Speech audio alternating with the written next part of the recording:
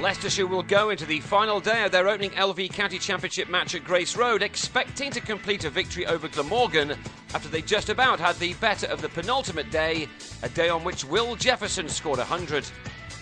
Leicestershire had actually let the Welshman back into the game on the second day after establishing a first innings lead of 92 until they collapsed to 43 for 5 before Jefferson, who completed his 50 early on, led a fight back. The 6'10" opener received splendid support from Jigger Naik, who had added 35 to stop the rot on the end of the second day, and they were now helping to grow that partnership on another beautiful day in Leicester. Jefferson in particular used his reach really well against the spinners as the pair once again put their side into a very strong position. Jefferson was timing the ball expertly, and this boundary, his second in 2 balls, brought up an impressive 100 partnership. The former Essex and Notts batsman was scoring the freer of the two and was closing in on an excellent 100. That came courtesy of a misfield which will take nothing away from an important innings.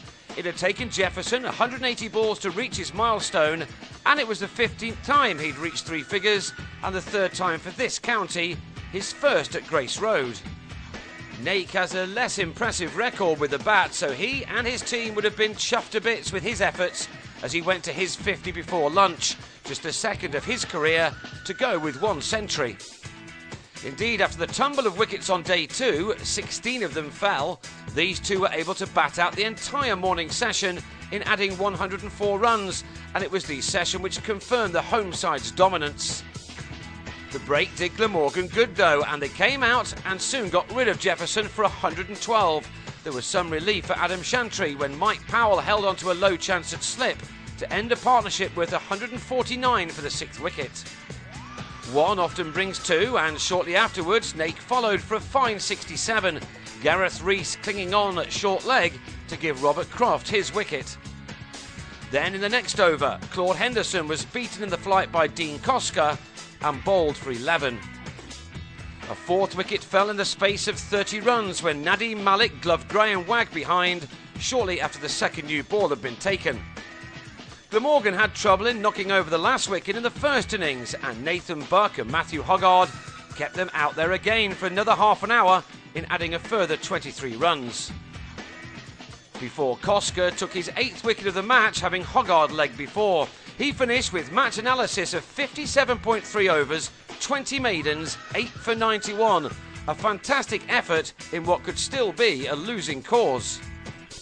Leicestershire had been dismissed for 245, setting Glamorgan a target of 338 runs to win in 4 sessions, and they made a reasonable start with a stand of 43 between Elviro Peterson and Rees. Peterson looked in wonderful touch, scoring 91 of his side's 146 runs in the first innings, and so the home side knew that his was the prize wicket. He'd eased to 22 this time before Malik produced a fantastic Yorker, which not only knocked the Glamorgan skipper to the ground, but also had him out leg before. And if that wasn't bad enough for the Dragons, his partner Rees followed in the next over, as Henderson, having a great game, got a ball to bounce, and Rees played on to go for 19. With the ball beginning to spit like that, Glamorgan's task was now going to be even more difficult, as William Bragg was joined by Powell, with the two set about rebuilding the innings, and it looked as if they were succeeding as they played sensibly, and indeed far more correctly than the majority of the batsmen in the first innings. Then, just before the close, Naik trapped Bragg in front on 43 to give Leicestershire just the finish to the day that they would have wanted. It means that going into the final day, Glamorgan, who are 112 for 3 with Powell on 21, still need a further 226 runs to win. They will need a good start, and if they get one, this fascinating match could still go either way.